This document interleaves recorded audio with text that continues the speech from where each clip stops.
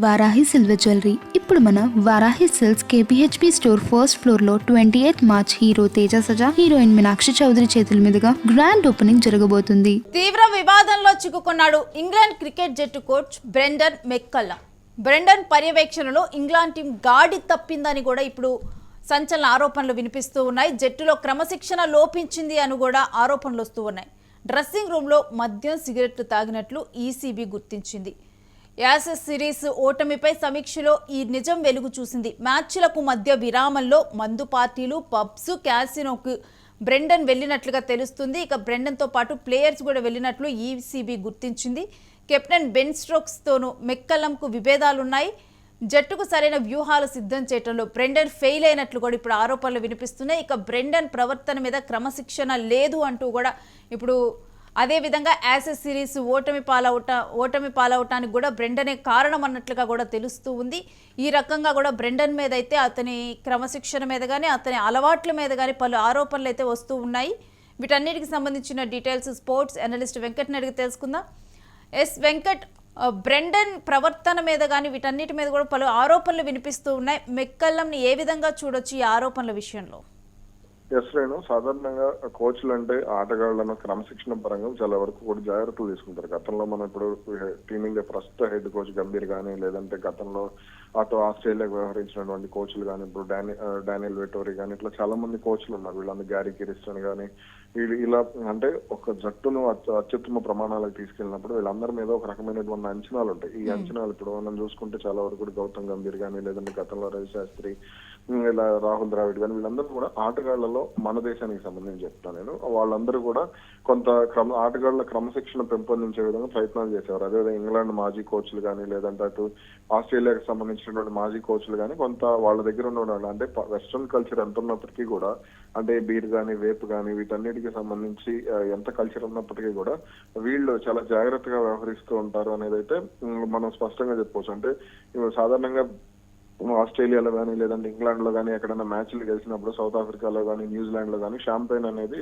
కొంత సహజంగా ఉండేటువంటిదే. కాకపోతే ఇక్కడ ఏమైంది అని అంటే, ఇక్కడ బ్రెండన్ మెక్కల్లమ్ విషయానికి వచ్చేసరికి ఇతను ఎప్పుడైతే ఇంగ్లాండ్ హెడ్ కోచ్ గా బాధ్యతలు చేపట్టాడో అప్పటి నుంచి కూడా బజ్బాల్ పేరుతో ఇంగ్లాండ్ క్రికెట్ ను కొత్త అంటే ప్రమాణాలు పెంచే విధంగా టెస్ట్ బాల్ క్రికెట్ లో కూడా టెస్ట్ క్రికెట్ లో కూడా కొంత దూకుడుగా ఆడే విధంగా ఇంగ్లాండ్ ఆటగాళ్ళను మారుస్తూ వచ్చాడు. అయితే ఇప్పుడు ఇతని మీద వచ్చినటువంటి ఆరోపణలు ఏంటంటే, ఇతనికి కొన్ని అలవాట్లు ఉన్నాయి అనేది ప్రధానంగా ఉన్నటువంటి ఆరోపణ. దీనికి సంబంధించి అంతర్జాతీయ మీడియా కూడా కొన్ని సంచలన కథనాలు అయితే రాసింది. ఆ బీర్ కానీ, వేప్ కానీ, అదేవిధంగా ఈ కొన్ని ఇతర అలవాట్లకు సంబంధించి అటువంటి అలా అంటే ఆ అలవాట్లు ఉన్నటువంటి ఆటగాళ్ళని అతను ఎక్కువగా ఇష్టపడుతూ ఉంటాడు. అందుకనే ముందు వాళ్ళ ఇంగ్లాండ్ కెప్టెన్ ఎవరైతే ఉన్నారు Ben Stokes, test cricket captain ఎవరైతే బెన్ స్టోక్స్ కు అందుకే అతను ఎక్కువగా ప్రాధాన్యత ఇచ్చేవాడు అనేది కూడా మనం వింటూ ఉన్నాం. అయితే ఇంగ్లాండ్ తో సిరీస్, ఇండియాతో సిరీస్ కు ముందు, ఆస్ట్రేలియాతో యాషెస్ సిరీస్ కు ముందు కూడా వీళ్ళిద్దరు అంటే ముఖ్యంగా బెన్ స్టోక్స్ తనకున్నటువంటి మద్యం అలవాట్లను కానీ, సిగరెట్ అలవాట్లను కానీ కొంత పక్కన పెడుతున్నాను, ఎందుకంటే నాకు ఈ 2 సిరీస్లు చాలా ముఖ్యం అంటూ కూడా బెన్ స్టోక్స్ చెప్పడం జరిగింది. అయితే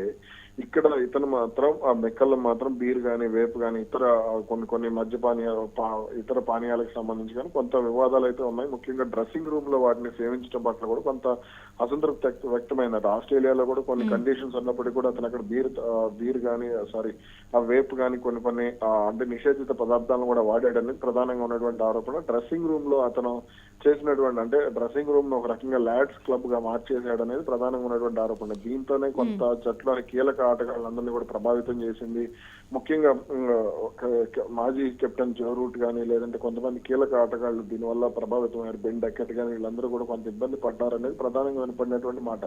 అయితే దీనికి సంబంధించి ఇంగ్లాండ్ ఆటగాళ్ళు ఎక్కడ కూడా బయటపడలేదు. కానీ ఇక్కడికి అంటే బెన్ స్టోక్స్ ఈ అంశానికి సంబంధించి ఇంగ్లాండ్ క్రికెట్ బోర్డు కంప్లైంట్ కూడా చేశాడు అనేది ఇప్పుడు మనకు ఉన్నటువంటి సమాచారం. అయితే తనతో పాటు యాసెస్ సిరీస్ సమయంలో కూడా ప్లేయర్స్ ను కూడా బయటికి తీసుకొని వెళ్ళినట్లుగా తెలుస్తోంది. ఎస్, అంటే అవును, అక్కడ కొంత ప్లేయర్స్ కి స్వేచ్ఛ ఉంటుంది. మ్యాచ్ ఆడే మైదానంలో కంటే బయటకు వెళ్ళిన తర్వాత దానికి కొంచెం స్వేచ్ఛ ఉంటుంది. సో అది పెద్ద ఇబ్బంది లేదు. కానీ ఇక్కడ ఏదైతే వాళ్ళతో అంటే ఇప్పుడు ఏదైతే తమతో పాటు అలవాట్లు ఉన్న ఆటగాళ్ళని కొంతమంది జేమీ స్మిత్ గానీ ఇలా కొంతమంది ఆటగాళ్ళని అదే విధంగా ప్రోత్సహిస్తున్నాడు. గతంలో జానీ బెయిర్స్టో గానీ ఇలా కొంతమంది ఆటగాళ్ళని కావాలని పక్కన పెడుతూ వచ్చాడు అనేటువంటి ఆరోపణలు కూడా ప్రధానంగా వినపడుతున్నాయి. అయితే ఇప్పుడు అలాగే బ్రైడన్ కార్స్ కానీ లేదంటే కొంతమంది బౌలర్ జోఫ్రా ఆర్చర్ కానీ ఇలా కొంత ఈ అలవాట్లు ఉన్న ఆటగాళ్ళకి ఎక్కువగా ప్రాధాన్యత ఇస్తూ ఉంటాడు అనేది కూడా ఇప్పుడు వినపడింది. అందుకనే వాళ్ళతోనే ఎక్కువగా సన్నిహితంగా ఉండడం, వాళ్ళతోనే జట్టు వ్యూహాల గురించి చర్చించడం ఇవన్నీ కూడా జరుగుతున్నాయి అనేది అక్కడ ఉన్నటువంటి ప్రధాన ఆరోపణ. అంటే వెంకట్, యాసెస్ సిరీస్ టైంలో కూడా అంటే ఫెయిల్ అవటానికి బ్రెండన్ మెక్కల్లమే కారణం అనుకోవాలా? ఎందుకంటే ప్రాక్టీస్ కి ప్రాధాన్యత ఇవ్వకుండా గోల్ఫ్ ఆడటం కానీ లేకపోతే బయటికి వెళ్ళటం కానీ ఇటువంటి ఇతరత్ర కార్యక్రమాల మీద ఫోకస్ చేశారు. ఎస్, అంటే ఇప్పుడు యాషెస్ సిరీస్ కి సంబంధించి ఇంగ్లాండ్ జట్టు సమర్థవంతంగా లేదు. ఎవరైతే సీనియర్ బౌలర్లు మాజీ బౌలర్లు ఎవరైతే ఉన్నారో స్టోర్ట్ బ్రాడ్ కానీ ఆ తర్వాత వీళ్ళతో జేమ్స్ ఆండర్సన్ కానీ ఇలా కొంతమంది బౌలర్లు ఉండేవాళ్ళు వాళ్ళకి సంబంధించి.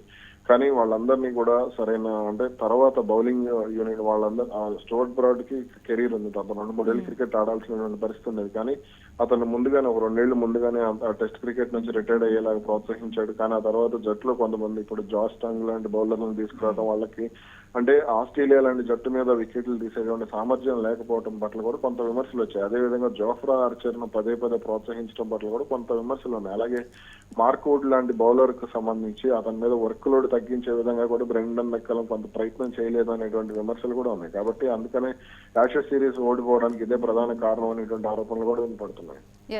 ఇక కెప్టెన్ బెన్ స్టోక్స్ కి మెక్కల్లం కి మధ్య విభేదాలు ఉన్నాయా?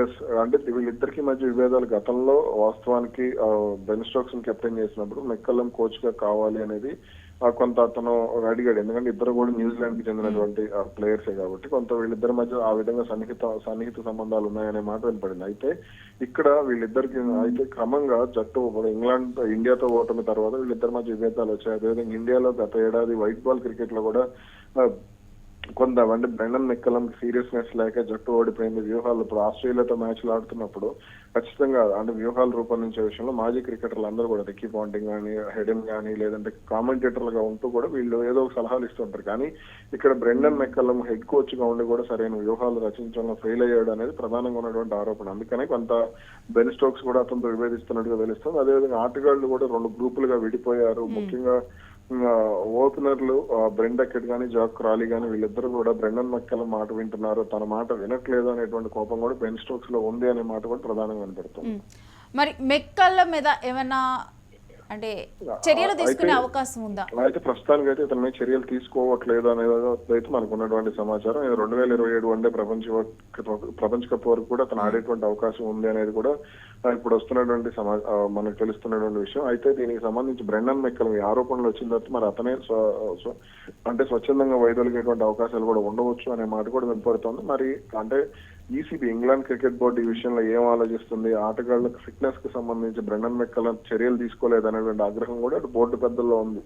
అదేవిధంగా కొంత అంటే కొన్ని ఇప్పుడు ఫర్ ఎగ్జాంపుల్ బ్యాటింగ్ అనుకూలంగా ఉన్నటువంటి పిచ్ల మీద ఇంగ్లాండ్ ఆడటం మీద అదేవిధంగా బౌలింగ్ కు అనుకూలంగా ఉన్నటువంటి పిచ్ల మీద పదే కొంతమంది కీలక ఆటగాళ్లు ఫెయిల్ అవటం, అలాగే కొంతమంది సీనియర్ ఆటగాళ్లను కావాలనే రికార్డ్ అంటే అక్కడ పిచ్ క్యూరేటర్లను కూడా బ్యాటింగ్ అనుకూలంగా ఉండే విధంగా ఇంగ్లాండ్ లో మైదానాలను తయారు చేయించాడు అనేది కూడా ప్రధానంగా ఉన్నటువంటి ఆరోపణ. అదేవిధంగా ఆస్ట్రేలియా వెళ్ళినప్పుడు కూడా అక్కడ బౌలింగ్ పిచ్లను ఎదుర్కొనే విషయంలో ఆస్ట్రేలియా పేసర్లను ఎదుర్కొనే విషయంలో వీళ్ళు ఫెయిల్ అయ్యారు అనేది కూడా కొంత వినపడినటువంటి ఆరోపణలు. కాబట్టి ఇక్కడ కొంత అతని విషయంలో అటు బోర్డు కూడా సమీక్ష జరుగుతోంది. మరి రాబోయే వారం 10 రోజుల్లో దీని మీద ఒక నిర్ణయం తీసుకునేటువంటి అవకాశాలు అయితే ఉన్నాయి. Right Venkat, stay with us, మీ దగ్గర నుంచి మరిన్ని అప్డేట్స్ తీసుకుంటాం. ఇక కెప్టెన్ బెన్ స్టోక్స్ తో మెక్కల్లంకి విభేదాలు ఉన్నాయన్న ఆరోపణలు వస్తున్నాయి మెక్కల్లం మీద. ఇక మెక్కల్లం విషయంలో కనుక చూసుకుంటే కనుక తనకు పలు అలవాట్లు ఉన్నట్లు, ఈ అలవాట్లు కనీసం అంటే ఆ ఆట సమయంలో కూడా ఆ సిరీస్ జరిగే సమయంలో కూడా ఆయన కంట్రోల్ చేసుకోకుండా కూడా మితిమించి ప్రవర్తించినట్లుగా ఆరోపణలు వస్తూ ఉన్నాయి. ఇక ప్లేయర్స్ కూడా మెక్కల్లంతో కలిసి తిరిగినట్లుగా కూడా వేపింగ్ చేసినట్లుగా ఎక్కువ ప్రాక్టీస్ మీద కాకుండా వాళ్ళ దృష్టి పక్కకు మరలినట్లుగా కూడా మనకి తెలుస్తూ ఉంది. ఇక పలు ఆరోపణలు అయితే మెక్కల్ల మీద వస్తూ ఉన్నాయి. ఇప్పటికైతే మెక్కల్ల మీద ఏ చర్యలు లేనట్లు తెలుస్తుంది. ఇక ఆ తర్వాత ఆయన సొంతగా వైదొలగనున్నట్లుగా కూడా సమాచారం అందుతోంది.